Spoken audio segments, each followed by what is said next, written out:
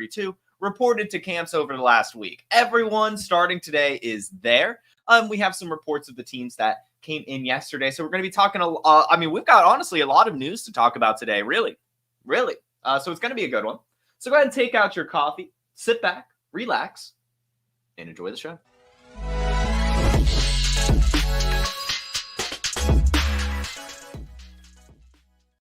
All right, so good morning, everyone. Mark, Best Ball, Ryan, the other Jason, the Fantasy Plumber, Donald, the Bearded Prince, and Dakota. Glad to see you all this morning, as always, rocking with some football news, tuning into Wake and Take. You guys truly are the best, and so thankful for you guys being here every single morning with me. We've got some news to talk about today, and it is only news today. We're not getting many takes from you, boy. We'll get takes upon the news, but genuinely, just a lot of stories coming out yesterday, and a lot of also just interesting things in general. We're going to start today's show playing a little bit of a Hard Knocks clip. I don't know if you guys have been seeing this go around at all, but it's pretty interesting stuff. It is basically the Giants wide receiver coach talking about which rookie wide receiver they could want if they could choose between the three. And there's also shows a little bit of like a meeting, if you will, with all three. So I'm going to go ahead and share my screen here. You guys check this out with me. Pretty fun stuff. We motion Richie across. The corner's over, and he runs over. What do you got, Lee? What you going to tell Daniel as you go past him? On the slant. Huh? You going to tell me run the slant? Predetermined? What you going to say? Keep it low. I'm over there. I'm talking about. What's the break point right here, Ron? +1. +1. Minimum. If you can be +2, great. Okay. Right? We don't got to shrink it down in there. Right? In fact, okay, this young man's dad get to the Hall of Fame on his play. He's caught more passes than any player in league history in a single season. 5-yard ends. Yeah, 5-yard ends. The wide usually run a seam though. Yeah. Seam or the corner off Yeah. of it. I love it. We draft all three of you guys, man. This ride, you know what I'm saying? That was good. Really good. Best ever. Okay? Excellent. So you're on the clock right now. You got to make a decision. One of those three. I take Neighbors. Yeah, so you hear right there, the Giants wide receiver coach, Mike Rowe, if given the choice to choose between any of the three wide receivers from this rookie's class, like the big three, says that he would have had Malik Neighbors over Rome Odunze, over Marvin Harrison Jr. Of course, we already knew about Rome Odunze, given that they did, of course, pick Malik Neighbors over him. But it's just even more interesting to just hear the confidence that this team has in Malik Neighbors. And I'm excited to really see how it pays off. There's really not much to add about that. I just thought it was a cool little clip. This Giants Hard Knocks thing has been awesome just to see how the front office has kind of worked throughout the offseason and everything like that. Very, very cool insight into the team. And it's just nice to see, kind of the interview process with all three, seeing how these guys work and how they understand their routes and stuff like that. I will say this, a lot of what the Giants seem to be drawn to when it comes to Malik Neighbors is his confidence level. Like every single clip we're just hearing about or from this thing really is just Brian Daboll essentially calling Malik Neighbors a dog and stuff like that. Like they're not really doing much in terms of his film study and everything. Like the only thing that Malik Neighbors said in this clip was, "I'm open." Right? Like he didn't even like talk about the intricacies of routes or anything going on with the play like Rome Odunze or Marvin Harrison did. So I'm very interested to see how it plays out. Obviously, this guy is extremely talented and very, very athletic, but we do have the quarterback issue. We have just kind of a weird team issue in general, not that great of an offensive line. I do still pump the brakes for rookie season. Malik Neighbors, being completely honest with you, I do think he'll figure it out. And I do think once the Giants replace Daniel Jones, he will be a star. But I do think that this rookie season is going to be a little bit more difficult. And that is why I'm kind of fading him right now at his current value. I'm drafting Marvin Harrison. I'm drafting Rome Odunze, but I have not really been getting too much Neighbors. Even as athletic as he is, I just don't really have much trust in this Giants offense. And I haven't really seen enough from him beyond the athleticism, to be completely honest with you guys. So that was that clip, though. Very just cool to see the insights on this Hard Knocks thing going on right now with the Giants. And I hope that they continue to do it with other teams going forward. And I'm sure they will. So that is that. Why don't we go ahead and bounce into some of the actual news, though, some stuff coming out from around the league. And we'll start with Michael Gallup. Michael Gallup has actually retired. Out of nowhere, really. Michael Gallup is no longer playing football anymore. He, of course, has just joined the Raiders and has, over the last few years, kind of fallen off. And honestly, I was surprised to see he's 28 years old. I don't know why. Michael Gallup, just in my head, has kind of always stayed at like 25, and that's just what he is. But yeah, he's up to 28 now. He does have that 1,000-yard season all the way back in 2019. And since then, his production has dwindled every single year. He had the 1,000 yards in 2019, 840 in 2020, 440 in 21, 420 in 22, and 418 in 2023. So it's just gone down every single year. And he honestly, even in efficiency metrics or anything, just has not really looked that good ever since CeeDee Lamb was brought into the Dallas Cowboys. Yes, he, of course, did suffer an injury, and that derails a lot of careers, unfortunately. He did have that third-round draft capital. And again, he had the 1,000-yard season, so he had the talent at one point. But those injuries, they catch up to you at some point. Bouncing around from team to team, that catches up to you at some point. And I'm sure he got to the Raiders and was just like, what am I going to do? Like, I'm behind Jacoby Myers. I'm behind Devontae Adams. I don't even know who my quarterback is going to be. I'm just going to hang it up. And I don't blame him. It was an okay career, and he did what he could. And unfortunately for him, he is hanging up the cleats. Wish him the best at his next step. And yeah, I mean, there's not really much to say. I mean, like it's not like he wasn't very fantasy relevant anymore. So it's not like I'm going to be like, oh, you got to go pick up the new wide receiver 3 on the Raiders. I just don't think it really matters, really, to be honest. I'm sure somebody will fill those shoes, but I doubt that they become very fantasy relevant. Like it's pretty much going to be consolidated between the Michael Mayer, the Brock Bowers, the Devontae Adams, and the Jacoby Myers, in my opinion. And if anything, maybe, call me crazy. Maybe this opens the door for Hunter Renfrow to get re-signed. We know that he's still sitting around as a free agent right now, and of course has been a Raider his entire career. Now, of course, he has his injury concerns as well. But that's kind of where my head's going. If anything, like maybe this opens the door for Hunter Renfrow to return. I don't know. But either way, I'm not really like you can drop Michael Gallup. You probably could have dropped Michael Gallup a long time ago. And I don't really think there's anyone on the Raiders, at least, to go pick up. I would just go search around for some Andre Yosevis or something like that, or a Tyquan Thornton, maybe. I think that could be fun too. The deep shot or the athletic guy on the Bengals, those types, right? Like a role player, or even Calvin Austin hype is building up, but I'm not really buying it. Either way, Michael Gallup is retiring, and wish him the best. We'll move on. Speaking of Michael Gallup, why don't we talk about the guy that kind of replaced him and kind of started this whole downhill career for Michael Gallup? It is CeeDee Lamb, who is still holding out at camp right now, subjecting himself to some fines throughout training camp and all that stuff. He still has his contract dispute. And honestly, this is going to be short. I mean, I don't know what to say beyond just pay the man. If I am the Dallas Cowboys front office, I don't know what mental gymnastics I'm going through to figure out why I'm holding out and not just paying CeeDee Lamb. Like we talked about on the show, I understand why you might take your time extending Dak Prescott or even just completely moving on from Dak Prescott because, at the end of the day, he is getting up there in age. He does have the injury concerns, and you have an interesting backup young quarterback in Trey Lance behind him to where you could kind of have a bridge year or at least talk yourself into it. There's nothing the Cowboys can do if they lose CeeDee Lamb. Like, genuinely. I love Ryan Flournoy. He's not a CeeDee Lamb replacement. He's barely even a Brandon Cooks replacement, I bet. So this is just honestly horrible management from the Dallas Cowboys. I can't think of a single reason why you wouldn't make CeeDee Lamb paid as one of the highest paid wide receivers in the league. And honestly, I think if I'm the Dallas Cowboys, I might pay him more than Justin Jefferson. Being completely honest with you, it's like $500,000, $1 million more a year. I don't care. Like, CeeDee Lamb needs to be on your team if you're the Dallas Cowboys. Just has to. There's no ifs, ands, or buts about this. If they let him go, which I don't think they will, it would probably be the worst decision really in NFL history, or at least franchise history, to let this guy walk. I mean, there is no contingency plan. There's no wide receiver depth.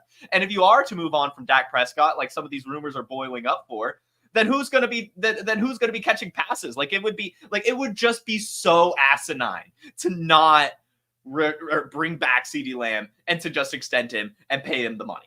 Just pay the man. It's so easy, Dallas. Just pay CeeDee Lamb. There's literally not a single fucking reason to not extend CeeDee Lamb. I'm curious if you have an idea of why the Cowboys might be doing this, other than just milking it to maybe squeeze out some extra savings. I can't. I just, it's disrespectful to CeeDee Lamb. It's disrespectful to Cowboys fans. It's just disrespectful in general and stupid. It's just disrespectful and stupid. So CeeDee Lamb, I hope you get your contract. I want to see you out there. We know that, generally, if you don't show up to training camps, you do go through some growing pains, at least early in the season, as you miss this time to get acclimated to game speed. Not saying you shouldn't be drafting CeeDee Lamb, although I haven't really had his ADP. I'm just saying that, the longer this holdout goes on, like, it could affect at least his week 1 through like 5 performance, which isn't really that big of a deal. But still, I'm just saying, it is interesting development, and the Cowboys just need to pay him before it gets any worse. The next bit of news for you guys, this is just another quick one here. It's Bill Belichick. Some news is coming out from Kyle Shanahan that he actually offered the defensive coordinator job to Mr. Bill. And I just think it's cool. Bill Belichick did politely decline, actually, and was like, no. I mean, obviously we know that, given that they have the defensive coordinator not named Bill Belichick. They have Brandon Staley out there. But Bill Belichick did politely decline this job offer. I'm assuming just because he didn't want to be a defensive coordinator. I will say, if I were Bill, I think that could be a cool job to just do. I mean, it's a potential Super Bowl winning team. It's already a really, really good defense, but I doubt that he wants to, lower his legacy by going from a head coach to a coordinator position. I think he just wants to either be a head coach again or just be done, which is totally fair given his age and what he's done in his career. While defensive coordinator, or while he might have been kind of washed, defensive coordinator just isn't really the right move for him. As cool as it would have been, I just think it was a fun little story that's coming out right now. So yeah, Bill Belichick could have been the defensive coordinator for the 49ers. Not much else to add there. Another bit of news we have for you guys revolves around my guy Matthew Stafford. As we know, Matthew Stafford is one of the better quarterbacks in the league, on track to join the Hall of Fame more than likely. And right now, was kind of holding out, a little bit, didn't report to training camp, at least immediately yesterday, because of some contract disputes as well with the Los Angeles Rams. And those disputes came as he was due $31 million base salary this season on his 4-year, $160 million deal. He was signed through 2026. And while there are still 3 years remaining on his contract, only $15 million of his $27 million next year was guaranteed, and no money was guaranteed in 2026 out of his $26 million base salary. So it seems like Matthew Stafford just wanted some more guarantees on his contract, which is perfectly understandable given his age, given the whole elbow thing, and given the offensive line. And that seems to be what happened. We haven't heard what the contract adjustment is. We know it's not an extension. We know it's not a restructuring. It's just simply an adjustment. And the details have yet to be announced, but we all can kind of assume and expect that this has just been more guarantees thrown his way, which is awesome. And I got to say, that's got to add some confidence to us, to some of us Matthew Stafford dynasty managers, because he is 36 years old, and, with his contract not being very much guaranteed, I think a lot of us were kind of painting the picture that this could maybe be Matthew Stafford's last season, and maybe not finish out the contract. But seeing that they're more than likely adding some guarantees, that makes you think that, he'll probably finish out this contract, play through 2026, because at that point he'll still only be 38. And that's really not too old for quarterbacks these days, especially the statue quarterbacks like Matthew Stafford, and on a good offense run by a good coach and Sean McVay. So I think this is very exciting. I would say go buy Matthew Stafford, because I really doubt this has affected his dynasty value, at least while the details haven't come out. If the full details come out and it's like, oh, they fully guaranteed his contract or something, that could be wild and really increase his value. But no matter what, I've already been arguing that I have no idea why Matthew Stafford is valued below a Kirk Cousins, for example. Matthew Stafford, A, doesn't or isn't coming off an Achilles, and B, has a top 5 season under his belt and has looked incredible on the Rams the last few seasons. And last year had almost 4,000 yards in only 15 games. And that was kind of him returning from an injury. So I think this year he takes another step forward. I wouldn't be surprised if we get another 4,500 yard season, 30 passing touchdowns or so from him. You guys already know I'm heavily into Cooper Kupp this season. I think he's an incredible value where he's going in drafts right now. And I think a lot of value can be had on the Los Angeles Rams for sure. And I'm really happy for Matthew Stafford to be able to get this adjustment. I've been a defender of his for years, going back to Detroit. I still remember an interview with Aaron Rodgers in 2014. And he was like, Matthew Stafford is the most underrated quarterback in the league. I mean, we know Matthew Stafford was the guy who kind of started the no-look passing. This is a guy who's just been understated and undervalued throughout his entire career. but has done nothing but produce. So good for him to get the money, and I'm very excited to see what he can do this year. I think he's an incredible buy in redraft, in Dynasty, really across the board. I want him, and I still want Cooper Kupp as well. And why not, while we're on the Rams, go ahead and talk about Tyler Higbee landing on the PUP list as well. We know that was likely going to happen given he sustained an injury towards the end of last season. With him being on the PUP list, that does, of course, open the door for my guy Colby Parkinson to step in, a very deep tight end that you guys should be stashing right now. There's not a lot of production on Colby Parkinson's resume, but what you see when you watch the film is just simply a clutch factor. This guy in Seattle, was never asked to do a ton of volume, but anytime he caught the ball, it was almost always like a first down or a chunk play or something like that. Right. So I've always kind of liked him. I remember watching Red Zone, and then like randomly a Colby Parkinson catch would come up from the past couple seasons. And it's like, that guy has something. He has the long hair. He has the Stanford college. He has the 4th round draft capital. He has the 6'7", 250 pounds. He's got the size, right? So I'm excited to see what he can do in Los Angeles. We know that they have heavily used their tight ends in this offense. We know Tyler Higbee has been pretty successful. And I'm not saying there's a lot of ceiling here or anything like that, but a guy who could get you, 8 to 12 points per game is not terrible, especially when it's someone who was essentially free. So Colby Parkinson is a guy I'm stashing right now, and kind of have been just because I like the long hair. Let's see. The next bit is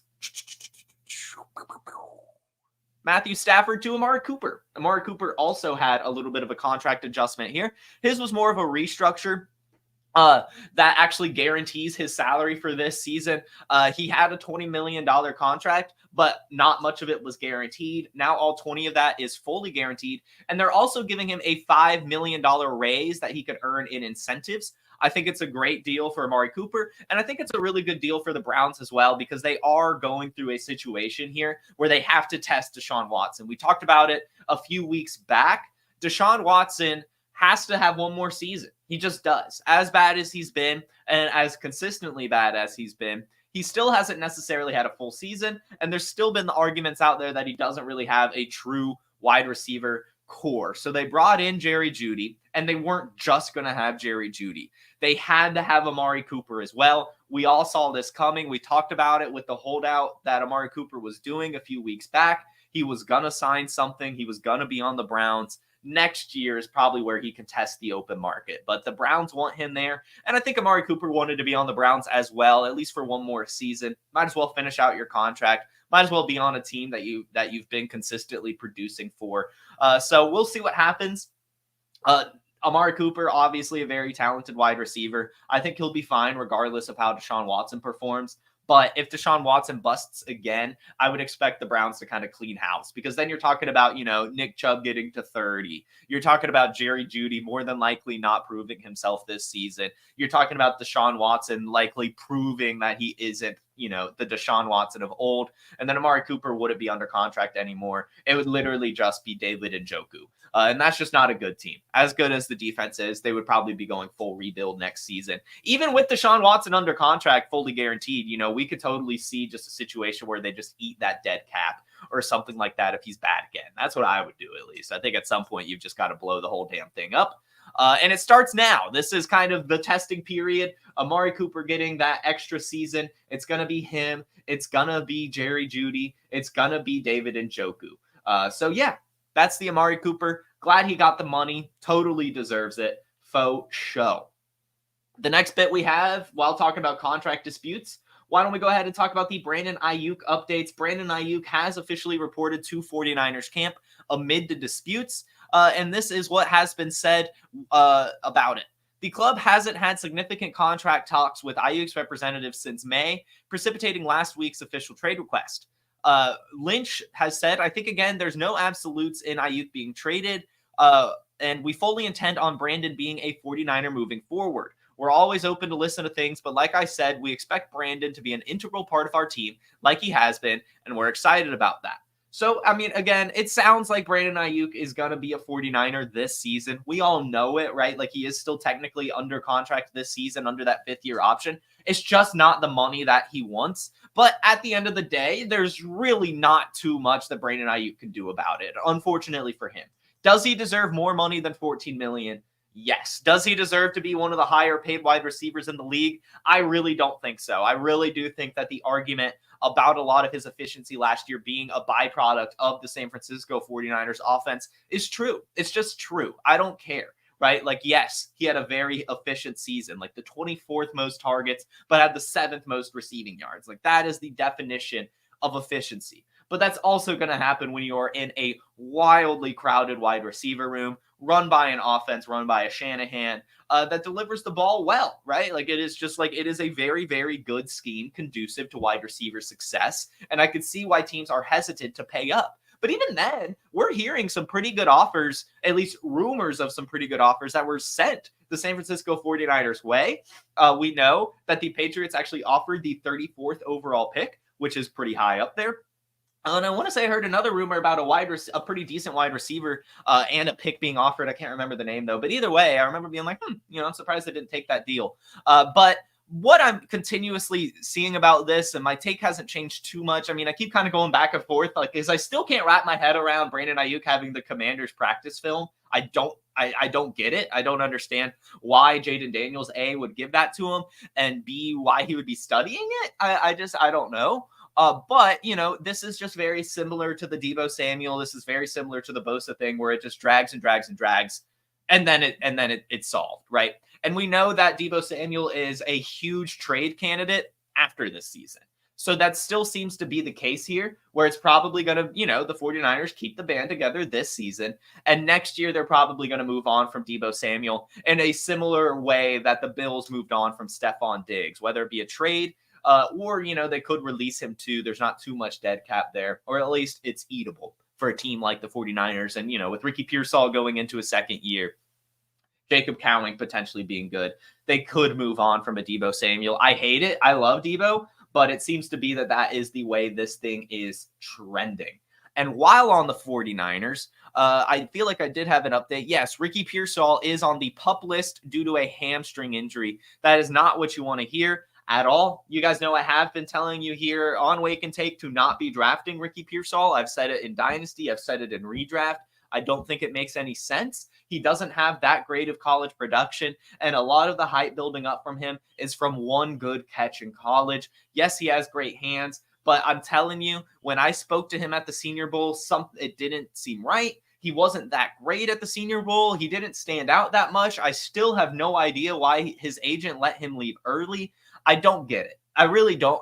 He has been the weirdest prospect to me. I have no idea how he got first round draft capital. I have no idea why he has all this fantasy football hype. And to see the hamstring injury come through, it sucks, of course, that it's an injury, but it at least kind of gives some reason for you guys to just wait. Let him prove that he could be an NFL receiver first. But he doesn't have like a ton of separation skills or anything like that. Even if he has the agility that we saw in the 3-cone drill. Like, I don't know. I'm still off on him. I don't like his current value. I think there will be a day where I like his value because obviously we want San Francisco 49ers weapons, but right now the hype is too high. Right now he's a rookie. Right now he has that first round draft capital. Right now we had the Brandon Aiyuk rumors. There is absolutely zero reason to be buying into him right now, but there might be at some point. Either way, on the PUP list with an injury, a hamstring injury, which is one of the worst ones to see, as those tend to always linger. So hopefully they take their time in returning him. Obviously, they've done the right thing by putting him on NFI. But either way, injured to his hamstring, Ricky Pearsall. Cool. The next bit is some quarterback situations. We've actually got a lot of quarterback situations to talk about here. We will start with Jaden Daniels. Jaden Daniels still not officially named the starter out in Washington. I think we can all agree that he's going to be named the starter, but this is what Dan Quinn said. It's not a secret, but it is a journey and a process. So as we're going, when he's ready, we'll know. And when he's ready, he'll also know. And as far as the reps go, obviously with him and Marcus and moving around, there'll be certain days that feature more of the other or more of another. But I'm glad that you brought it up. It's certainly not a secret. It's a journey and a process through practices, through scrimmages and preseason, all the way down. That's where the journey will take us. And then not trying to hold back info, But when we do know that Jaden Daniels is ready to start, we will say it. So yeah, it's just, I think this is just coach speak. I wouldn't really panic if you own Jaden Daniels and you're like, oh, why isn't he named the starter yet? Like, how is he not beating out Marcus Mariota? Camp is just beginning. You know, a lot of things have to happen. And Dan Quinn kind of has been kind of a close to the vest, take your time kind of guy. So it might just take a little bit before it comes official, but we know it will be. And I think worst case scenario, Marcus Mariota maybe starts week 1. But I doubt he starts week 2, right? Like we know who Marcus Mariota is at this point. He's fine.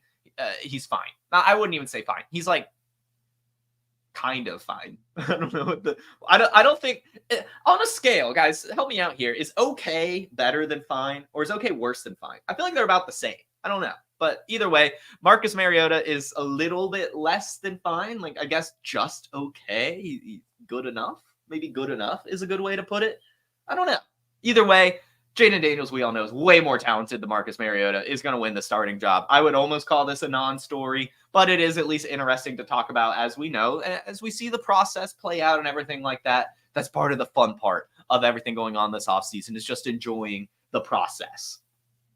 The next bit I have for you guys is the Patriots rookie quarterback, Drake May. Also, of course, not named the starter, but this seems to be a little bit less, confidence inducing when it comes to Drake May potentially starting for the Patriots. Right now, Jacoby Brissett is announced the starter and very, very much expected to start a decent bit of the season. And this is what Gerard Mayo had to say. Coming out of the spring, I don't think there's any doubt Jacoby is the starting quarterback at this point in time. We can look at these other quarterbacks on the roster. At the same time, it's about competition. When we get out on the field this summer with the pads on, we'll see how it all plays out. But coming out of the spring, I think it's clear that Jacoby is the most pro-ready guy we have. This goes for any position. If he comes out here and lights it up, and once again, it goes back to the quality of reps, it could absolutely happen, Mayo said of May. But I sit here and tell you, coming out of the spring, Jacoby looks like the starting quarterback. Now, with that being said, he'll have competition. Let's not forget about Joe Milton. Let's not forget about Bailey Zappi. All of those guys will have opportunities to go out there and be the starting quarterback in week 1. You've seen that work in the past, Mayo said, of sitting a rookie quarterback. You look at other quarterbacks, the Green Bay QBs, where they've had a lot of time. You look at those situations and they were able to sit back. There have also been situations where a guy comes right in right now and he balls out. We'll see what happens when we get out here on the field. So it's like, basically, Jacoby Brissett's going to start, as we know. But I do think that the door is becoming a little bit more open for Drake May to prove himself and start earlier than some are suggesting, to be completely honest with you. You know, I think a lot of people are expecting Jacoby Brissett to start most, if not all, of the season. But I also think we need to understand that the Patriots are not expected to win any games at all, really. And so I could see, even if Jacoby Brissett is fine, that they'll just pull the plug and be like, you know what, let's just give Drake May some reps. Like, it doesn't really matter if we lose, right? Like, it doesn't. And then they could get a higher draft pick. So I would just say, I think Drake May is an excellent buy right now. Heading into this draft process, I mean, we had Drake May ranked ahead of Jaden Daniels, right? I mean, like neck and neck with Caleb Williams. It's the athleticism we really like. It's the really strong arm. You know, and this is a guy who has like some like kind of Josh Allen intangibles, right? Like, he's just a big dude, has a little bit of wheels, has a cannon for an arm. And I think that is generally a quarterback that we like in fantasy football. And for some reason, he's cheap as hell to get a dynasty, like cheap as hell. Like, I've seen him like fall in drafts, like super flex drafts, like after Brock Bowers. Are you kidding me? A tight end in a crowded room with a bad quarterback over a quarterback? Like, give me Drake May every single day of the week. He's one of my bigger buys right now. Him and JJ McCarthy, I think, are excellent. I think that Drake May is going to end up starting sooner than a lot of people are suggesting. And I think that Drake May is going to be fine, at least for fantasy football purposes. We know his footwork's not great, but we know he can damn sling it. And we know that he can run a little bit too. So I would expect to see Drake May at least put up fantasy points, even if he's turning the ball over and getting sacked. Like, he's still going to put up points. So anyway, I like Drake May. I think he's a buy right now, regardless of when he starts. But I'm starting to believe that he's going to start way earlier than some are saying. And like Ryan says here in the chat, I would say by mid-season as well. I think like week 6 is kind of where my head is at. That feels about right. Let me actually, what's the Patriots bye week? I think that's probably, I mean, like right after the bye week is probably when they'll just pull the plug. Their regular season schedule per ESPN has their bye week as 14. So that's too long. They're not going to wait until week 14. So forget I said anything. Forget I said anything. They will. I'm still thinking week 6 or so, because they're definitely not gonna wait until week 15. Could you imagine? That would be some malpractice right there. You got to see what your rookie has before then. Anyway, the next bit of news we have for you guys. Let's see. I think that is kind of it for quarterbacks. Not really. I guess we can move on to the Raiders. And this one, I actually have no idea how to read into this completely at all. Basically, though, some stuff is coming out that. So here's the tweet. Basically, 32 beat writers tweeted out, it will be hard for Minshew to beat out O'Connell at training camp because the structure of practice favors O'Connell. So the battle should come down to 3 preseason games, and there's no guarantee the winner will still be the starter in October or November. I have no idea what that means, but since this tweet has come out, since these beat reports have come out, AOC is now the favorite to be the starting quarterback for week 1. It's not like the greatest odds. It's still minus 120 to plus 100. It's actually completely flipped. Gardner Minshew was the favorite. Now it's AOC. But I have no idea what that means. What do you mean the structure of practice favors O'Connell? There was no information. Like, they didn't dive into that at all. It was just simply thrown out there. How? I don't know. I don't know what that means. I really don't. I wish I knew what that means. But I have no idea how a certain practice favors one quarterback and not the other. Does that mean that they're giving all the reps to O'Connell and not Minshew? Or does that mean that they're just running the offense that they ran last year when O'Connell was the quarterback, so he's already comfortable in it? Like, I don't know what it means. Either way, it is trending towards AOC being the starter in week 1, which I hate. I at least like that this quote says there's no guarantee the winner will still be the starter in October or November. And that's exactly how I feel. Even if AOC does start week 1, I will die on the hill that Gardner Minshew is a better quarterback than Aiden O'Connell. I think it's really fair to say, given what we've seen from Gardner Minshew going back to the Jaguars. I mean, that team was ass, and he was still, keeping them in games. And then we saw he almost brought to the Colts to the playoff last year. We saw when he was on the Eagles backing up Jalen Hurts. When Jalen Hurts got hurt, he was coming in and winning games, or at least keeping them competitive as well. Like, we know he's a really good game manager, distributor of the football, and he's got good weapons in Las Vegas, where I think this could be a very good offense for Gardner Minshew to run. I really do. My Gardner Minshew bias aside, I really do. Like, this feels like a match made in heaven. Gardner Minshew throwing to Devontae Adams is perfect. Like, that is like his favorite route tree. Like, it's perfect. And so I think that's going to happen at some point.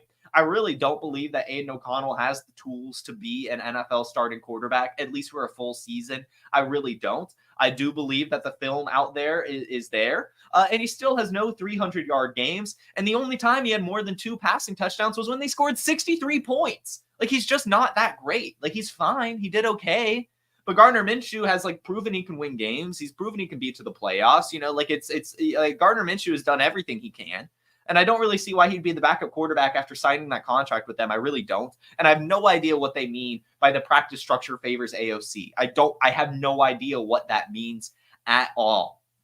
But I guess that just means we're going to have to watch preseason for this quarterback battle. I don't know.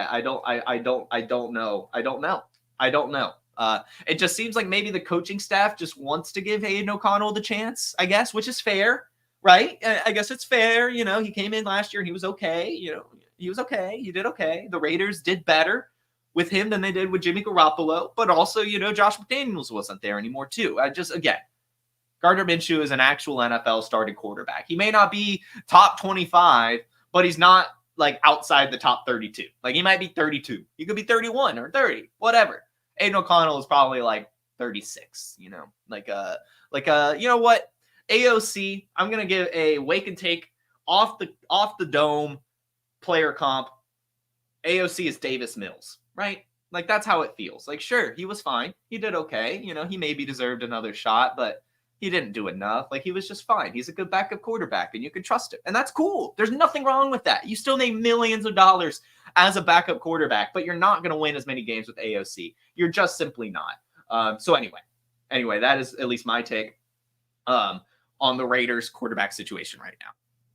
We have some updates on the Denver Broncos as well. Not like, well, actually a lot of different updates. Zach Stevens, one of the Denver Broncos beat reporters, kind of just put out like a list tweet of a bunch of things going on right now. And this is what he said. What we learned with the Broncos today. Sean Payton said on the quarterback competition, looking to find the guy to beat Seattle, we're going to find him.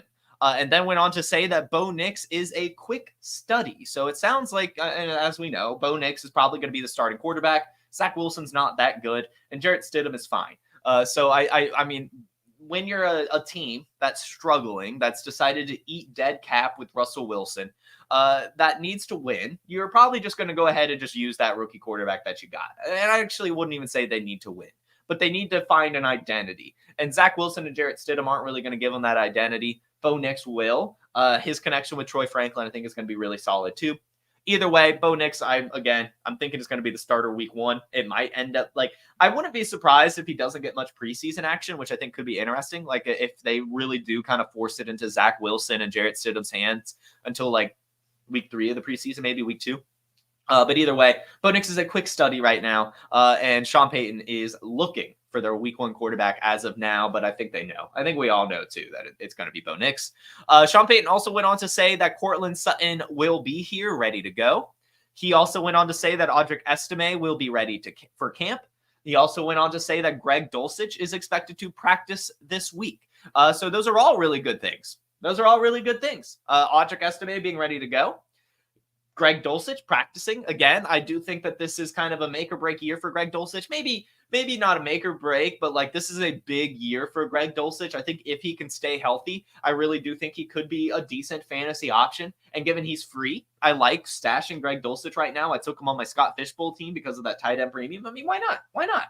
You know, I mean, he's a more like athletic tight end than Adam Troutman. I know Sean Payton likes Adam Troutman, but if you're looking for some true ceiling, upside athleticism, you've got to go with Greg Dulcich, and I think he will. It's good to see him practicing this week, and hopefully he's good. Hopefully he's healthy. I know he's been battling that hamstring basically forever. Let's see. The next bit of news we have for you guys surrounds the Titans running back room. And it's awesome. It really is awesome news. You guys know, I mean, I still believe that Tony Pollard is going to be the one getting the Lions share, whatever that ends up meaning.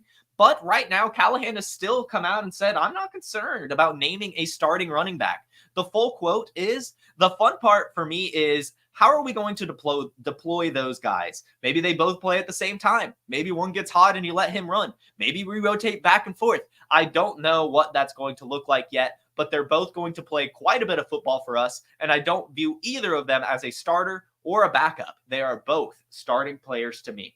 And I think that's kind of how we're all wrapping our head around it. Again, I still believe like Tony Pollard will edge him out maybe by like 5% or so, just because he's got a little bit better of a frame, a little bit more experience in the league, and was brought in by this regime and paid pretty handsomely for a running back. But we also know that Tyjae Spears was incredibly efficient last year, and we know that he was even holding Derrick Henry off the field. Either way, though, like I've been saying all offseason, this is one of my favorite offenses to target in fantasy football.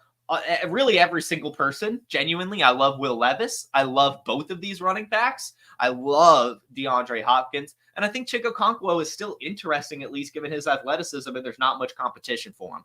But either way, what we know about this team is that they're going to pass. And generally, that's going to lead to receptions. And we know that Callahan used Joe Mixon, Samaje Perine, Chris Evans, right? I could go on. Travion Williams, Chase Brown. They've had receiving backs time and time again in Cincinnati, and we know that Spears and Pollard are gearing up for a ton of receptions this season, whether it be dump-offs, whether it be actual routes, whether it be screens, all sorts of stuff are going their way. And I wouldn't be surprised if they both finished with around 50 receptions. Like, I know that sounds crazy, but I do really expect both of them to get utilized a ton in both the pass game and the run game. But I do still kind of firmly believe it will be Tony Pollard edging out Spears at least a little bit. But we'll see what that means for efficiency and all that stuff. But either way, I contend, a lot of people say don't double up on running backs. You've just got to pick one and hope you're right. I think you could be totally fine with both of these Titans running backs. I think they're going to be interchangeable. And then if an injury happens, it is literally to the moon. Like genuinely. Genuinely. If it was just Tyjae Spears or just Tony Pollard, we would probably all say that they're a top 8 running back. I think we would probably go as high as to say that, given the pass catching and the athleticism that we've seen from those guys. So I would be getting very excited about them. I think they're both values. Again, Tony Pollard is the one I'm flag planting, and he's an even better value.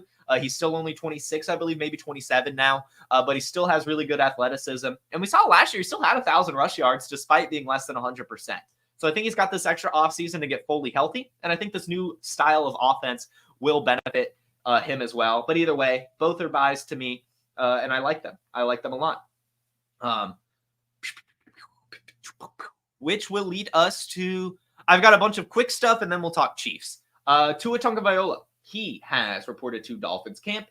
Not much to say there, but he is there. I will say it looks like he's added some weight, which will help maybe his injuries, maybe his concussion, maybe. That's kind of the same stuff we talked about last year. We know that Tyreek Hill has kind of been poking fun at him. So hopefully he can kind of get into game shape, and maybe that's playing into why the Dolphins are being weird about these contract discussions. But either way, he's there. He's playing. And we're also hearing some interesting stuff that Tyreek Hill actually told his agent not to trade him. He was like, please don't get me traded when you're doing these contract negotiations. Like, I want to be on the Dolphins with Tua. So that's cool to see.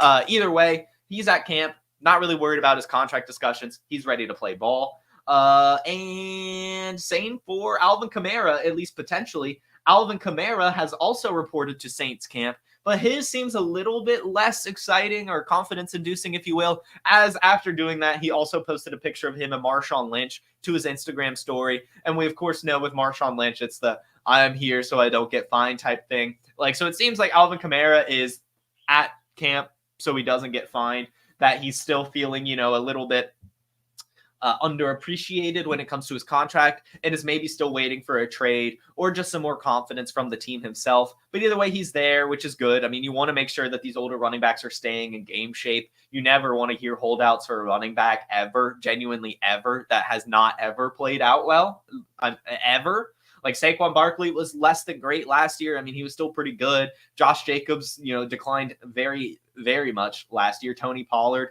same thing, right? Like they didn't end up doing that well. They were fine. They were fine because they're super talented. But either way, Alvin Kamara's reporting to camp, so we don't even have to worry about that. He should be good. And Kyler Murray, his lateral explosion is reportedly back. We know last year his straight line speed had recovered from his ACL injury, but his quickness, his jitteriness, if you will, was gone. He didn't really have as much of that. Beat reporters are saying that they have seen that lateral explosion from him at camp, and that he seems to be full go for this season. So again, I say draft some Kyler Murray or trade Caleb Williams for Kyler Murray and a cherry on top. Why not? Because Kyler Murray has actually proven it, has some insane athleticism, and has a pretty damn good team around him as well. Kyler Murray, a great fantasy football asset. I like him. I like drafting him. I like trading for him. So anyway, that is all the quick news I have for you guys. It's time for the Chiefs. The Chiefs have actually, I guess their beat reporters are just epic. I don't know how else to say it. But yesterday we talked about the Chiefs a lot. And today we're going to talk about the Chiefs a lot. And before we talk about them, I actually just want to scroll through the Kansas City Chiefs social media or just Twitter, because it is just highlight after highlight after highlight. And it's just cool. So here we go. Here's Patrick Mahomes throwing it, of course, to Travis Kelce. Getting a little high step Kelce action in July. Are you kidding me? Here is him throwing to, I don't even know who this guy is. Who's number 12 on the Chiefs? They say rookie. I actually don't know who the hell this guy is. Oh, wait, is that Jared Wiley? Never mind. Wow, he looks like a wide receiver. Either way, that's rookie tight end Jared Wiley. This is Marquise Brown after catching a deep pass. And as you can see here, we saw some deep passes at practice today. Here's a deep pass to Rashee Rice. I mean, it's really, this social media team is going crazy. Drew Tranquil with a pass deflection, sidearm Patrick Mahomes highlights. I mean, like, it is crazy how much this social media team has been putting in work. Here's, him chucking it again, I believe, to Marquise Brown.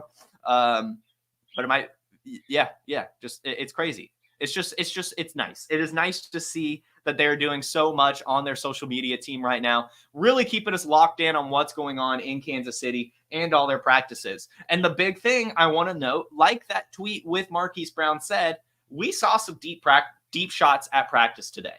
And that seems to be the big story from Kansas City Chiefs training camp so far, is that Patrick Mahomes is back, ladies and gentlemen. We know that he is kind of, unfortunately, obviously he still won these Super Bowls, but since Tyreek Hill has left, he has kind of gone down to more of a game manager. Like, obviously we still see some of those Superman moments from Patrick Mahomes, but he wasn't necessarily taking as many deep shots because he didn't have the personnel. Now that the personnel is back, we are seeing it all over training camp, and the fans are getting excited and beat reporters are getting excited. We'll start with the tweet from 32 beat writers. The return of the Chiefs' deep passing game was an area of emphasis throughout the offseason training program, and right on cue, it was working well during Tuesday's practices. 3 instances stood out in particular, beginning with a beautiful pitch and catch between Mahomes and Rashee Rice. Mahomes found Rice in stride deep down the sideline despite good coverage, completing one of the practice's top plays. Then beat reporter Pete Sweeney said, all the talk about the Chiefs re-engaging the deep third of the field on this offense hasn't just been talk. Mahomes' willingness to try to go deep has been noticed. And Reed said it really has been a shift in his decision-making due to boosted personnel. The play that got the greatest rise of the crowd on Tuesday happened in the first play on 7-on-7s, with Mahomes connecting with Hollywood Brown on a deep post route. Marquise Brown was also reportedly heavily targeted in these, as was Xavier Worthy, as was Rashee Rice deep. Either way, what we're hearing is that Patrick Mahomes is not scared to chuck it deep anymore because he trusts his receivers. So again, I say, draft them all. Get Marquise Brown. Get Xavier Worthy. Get Rashee Rice while he's still a value.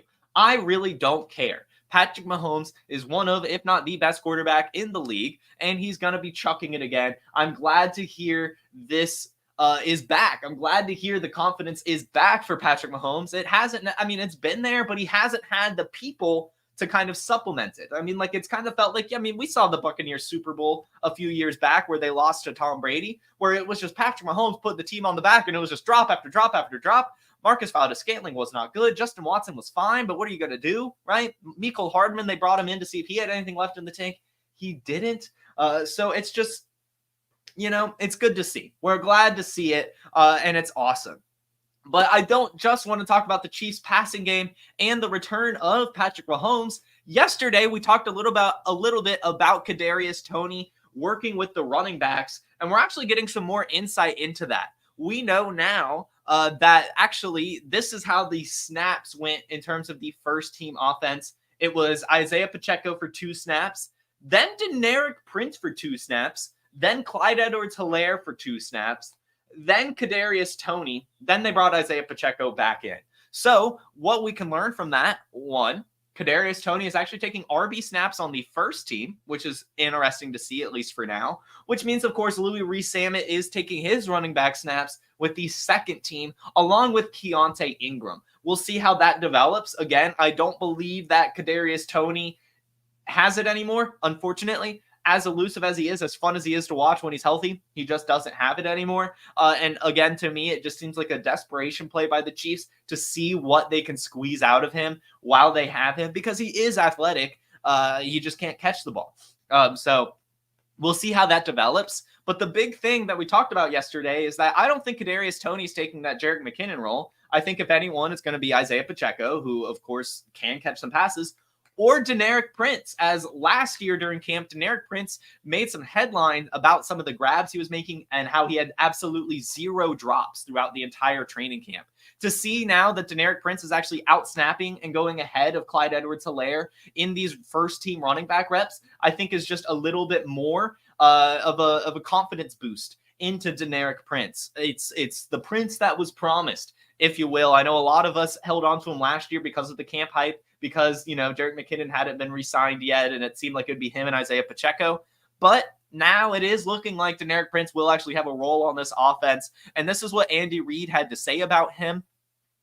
He's worked hard this offseason. He's a great kid, and he's getting reps now, so we'll see how that goes and how he does once we get the pads on. So I think it's really cool stuff, and we know that Clyde Edwards-Helaire just isn't that good, and so I like that they're actually trying already to move someone ahead of him. And I like that it's Deneric Prince. This is a guy who has really, really good athleticism. Like, if you go to PlayerProfiler.com and you pull it up, you actually get pretty surprised by what you see from Mr. Deneric Prince on his page. And let me get you those exact metrics. But either way, he's got good size. He's got good speed. He's got everything, right? He's 6 foot. He's 216 pounds. And he runs a 4.4 40-yard dash. His best comparable is Zamir White. Like, that's a great comparable. That's exactly what you want. That's a slasher right there and a perfect complement to Isaiah Pacheco, who is also reportedly working with wide receivers and the Chiefs wide receiver coach to work on his hands and route running. So again, it seems like Isaiah Pacheco is just really moving into this true bell cow role where he's going to be asked to catch passes as well. But it's looking like right now it is actually Deneric Prince right behind him, then Clyde Edwards-Helaire, with Kadarius Toney kind of filling a gadget role. But again, I still think at some point that Louis Rees-Zammit is going to take that. It's just a gut feeling. That guy just has crazy athleticism. He's getting the support from all of the team, from the coaching staff. It's just going to take some time. Like, I would be very surprised if he was already taking snaps with the first team.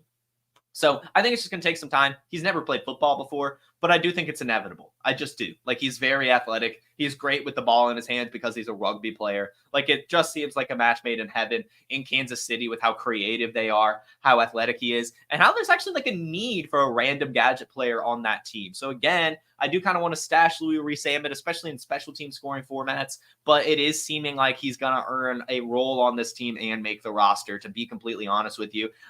Well, maybe not make the roster. Practice squad. He's not going to be a free agent. Like, I think that at worst, he's practice squad and gets elevated at some point. But I do think by the end of preseason, he's going to earn a roster spot. I think he's that athletic. That's what we're learning. That is what we're learning, is that LRC is just that athletic and that driven that we just have to buy into it. At least I think. So anyway, that is the Chiefs camp update. Deneric Prince right now ahead of Clyde Edwards-Helaire. Patrick Mahomes taking his deep shots again. Isaiah Pacheco working with wide receivers. And Kadarius Toney's running back snaps are actually on the first team. Not necessarily just kind of being worked in randomly. Actually, I just remembered a couple quick things that I actually didn't put on the show sheet, but I did see that the Bengals, as expected, are expected to give Andre Yosevich a much bigger role this season, as well as Chase Brown. Both takes that we've talked about a lot here on Wake and Take. Chase Brown is just so much more athletic and better than Zach Moss. And Andre Yosevich, again, another player with a ton of athleticism and caught like 4 touchdown passes last year as a rookie.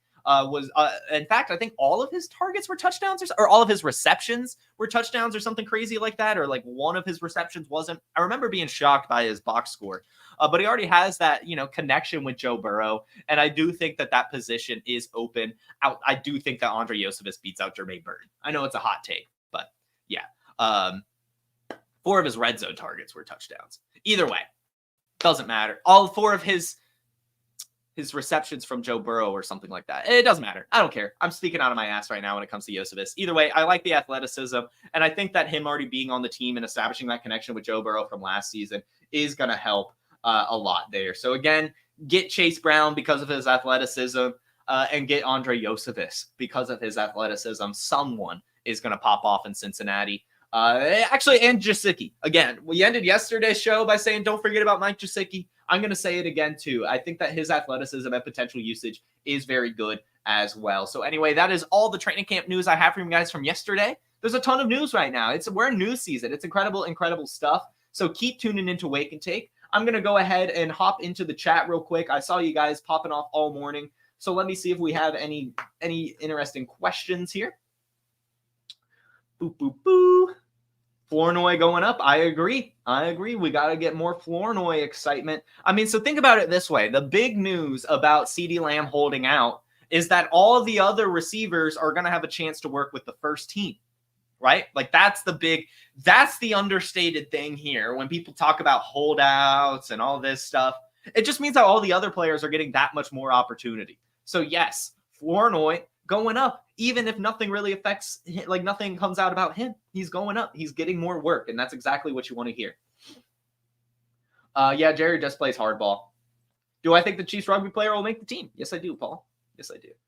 Mark Butler says Lance to Flournoy. We actually did hear at rookie training camp that this was happening. That the Trey Lance to Flournoy connection was actually happening, which I think is just hilarious.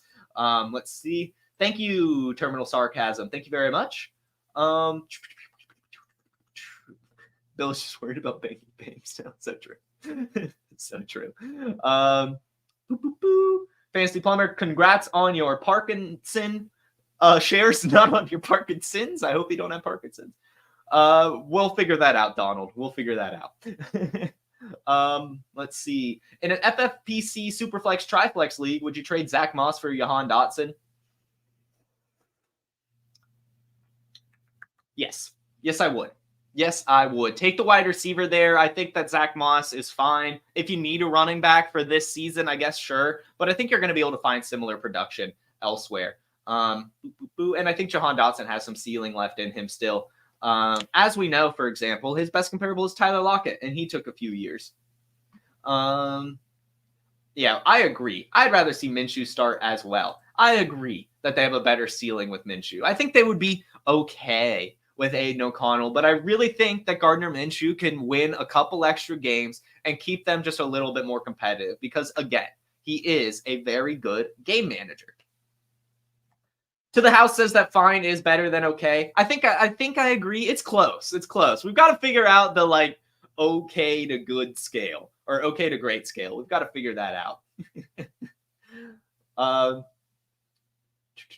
Last year, MVS and Watson only had 45% snap shares. That won't be the case this year with X and Hollywood. You expect Rice, X, and Hollywood to all have 55 to 60%. I mean, I wouldn't be surprised if all of them were even higher than that, to be completely honest. I think that I know that they do rotate their wide receivers a lot, but I think that Xavier Worthy at least was brought in to run sprints, to be completely honest with you, and we'll see what that means. But I really do think that him and Hollywood Brown almost essentially were just brought in to run sprints, while Rashee Rice and Travis Kelce kind of own the middle of the field. Ryan Voltz dropped his Michael Gallup for generic Prince. Congratulations. Let's see. Did you talk about where Adams may go? It sounds like Adams isn't going anywhere, right? From everything I'm hearing is that he is staying in Las Vegas, from what I understand. Someone offered me a 2025 second and third for Chase Brown. I smashed accept. We'll see. I don't know. I think that you get good value, but I think that that's good value. But I also wouldn't be surprised if you wish you had Chase Brown by the end of the season. Again, we saw some really good athleticism from him last year. We saw some great explosiveness, especially as a pass-catching running back. This is still Joe Burrow and the Cincinnati Bengals, even if Callahan is gone. And it's going to be a high-powered offense. It really will. And I just don't think Zach Moss is that good. And even if he is, I still expect, Chase Brown to have the good plays, the explosive plays. And I don't think the Chiefs are really going to find themselves, the Bengals are going to find themselves in a situation where they can address running back. There's a reason they let Joe Mixon go, despite being productive for them. They want a budget running back room because they've got to pay Burrow and Chase. So I don't know. I am hesitant selling Chase Brown right now. I think you got good value. Like a second is probably about what he's worth. And the fact you get a third on top of him is awesome. And, the fact is that Chase Brown was a third-round draft pick last year. So, I mean, you technically got some value, or 2023. You technically get some free value anyway. It's not like you lose anything. I don't know. I think that Chase Brown has some ceiling in him for real. I really, really do. So, yeah, we'll see. We'll see. Anyway, that should do it. Thank you all so much for tuning in. You all have a wonderful Wednesday. Make sure you hit that like button. Make sure you subscribe to Player Profiler and the Player Profiler News. Make sure you check out the Wake and Take podcast via the link in the description. And you all, again, have a wonderful Wednesday, a terrific rest of your week, and I'll see you tomorrow at 10 a.m. Eastern for some more, probably, training camp news, I'm assuming. But we might actually get some takes this week. We'll find out. But either way, see y'all tomorrow. Have a good one. Peace. From the Podfather to you, I deeply appreciate you tuning in. And many ask, what can I do? What can I do to help support the hosts, the research they do, the production costs? Go to playerprofiler.com. Dynasty Deluxe, World Famous Draft Kit, Rankings, DFS Dominator, and of course, data analysis. Subscribe to any one of those, and you support all of us and take Player Profiler to the moon.